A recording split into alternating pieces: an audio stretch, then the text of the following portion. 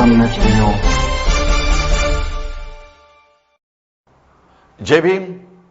मी विजय निलंगेकर सम्यक न्यूज लाईव्हच्या या विशेष बातमीपत्रामध्ये आपलं स्वागत करतो. पाहूयात आजच्या सम्यक घडामोडी. Phoenix multispeciality hospital and critical care centre, Shivajinagar, Nanded. च्या माध्यमाने घेण्यात आला. नेहमीप्रमाणे कार्यकर्त्यांची चर्चा, तालुका प्रमुख असेल, शाखा प्रमुख असेल, सगळ्यांशी चर्चा जो आहे त्या करण्याचा प्रयत्न या ठिकाणी केला.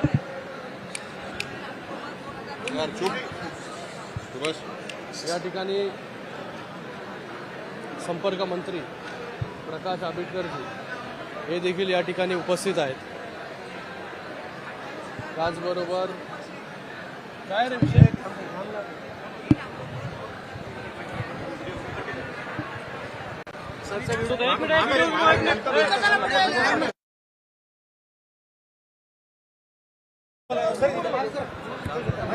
काय झालं?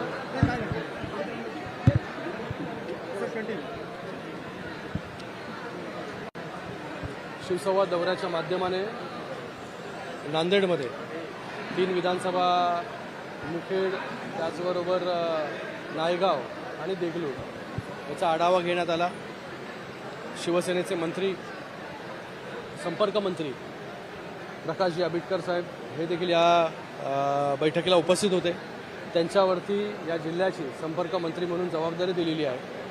शिवसंवाद दौरा जसा बाकी ठिकाणी कार्यकर्त्यांशी चर्चा करून येणाऱ्या निवडणुका असतील किंवा आता चालू असणारं SIR असेल किंवा BLAची नेमणुका असतील, या सगळ्या गोष्टींचा जो आहे तो आढावा या ठिकाणी घेण्यात आला आणि भविष्यामध्ये कशी संघटना वाढेल, कशी ताकद वाढेल शिवसेनेची, याच्यासाठी जे ज्या काही गोष्टी ज्या आहेत त्या सांगायच्या त्या या ठिकाणी सांगितलेल्या आहेत. सर, ग्रामीण भागातील तुमची बैठकापर्यंत आज आम्ही पाहिले की तुमचे पदाधिकारी किंवा कार्यकर्ते सातत्याने शेतीच्या संदर्भामध्ये समस्या मांडलेल्या आहेत.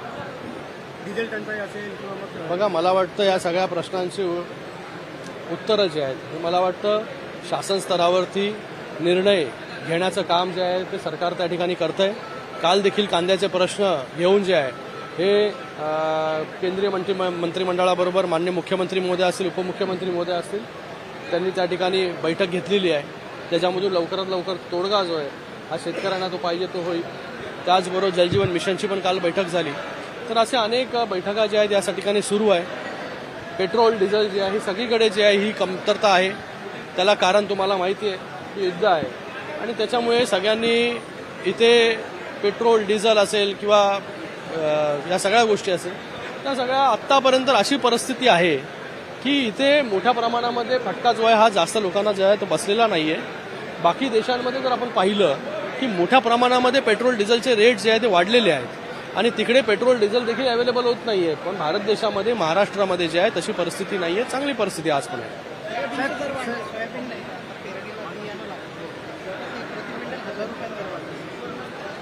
त्याच्याबद्दल देखील सरकार जे आहे योग्य प्रकारे जो आहे तो विचार जो आहे तो करेल. चिखलीकर रात्री तुमच्याशी तुमची भेट घ्यायला आलेली आहे. चिखलीकर जे आहेत हे युतीमध्ये आहेत, राष्ट्रवादीचे ते नेते आहेत आणि माझा परिचय जो आहे तो त्यांच्याबरोबर, चिखलीकरांबरोबर खूप जुना आहे. त्याच्यामुळे जे आहे ते अनौपचारिक गप्पा ज्या आहेत त्यांच्याबरोबर झाल्या. नाही, राजकीय काहीच नाही. सहज जे आहे ते लोकसभेमध्ये देखील सहकारी आम्ही दोघं होतो. त्याच्यामुळे त्यांच्याबरोबरचे संबंध हे जुने आहेत आणि त्या अनुषंगाने त्यांच्याबरोबर बैठक झाली.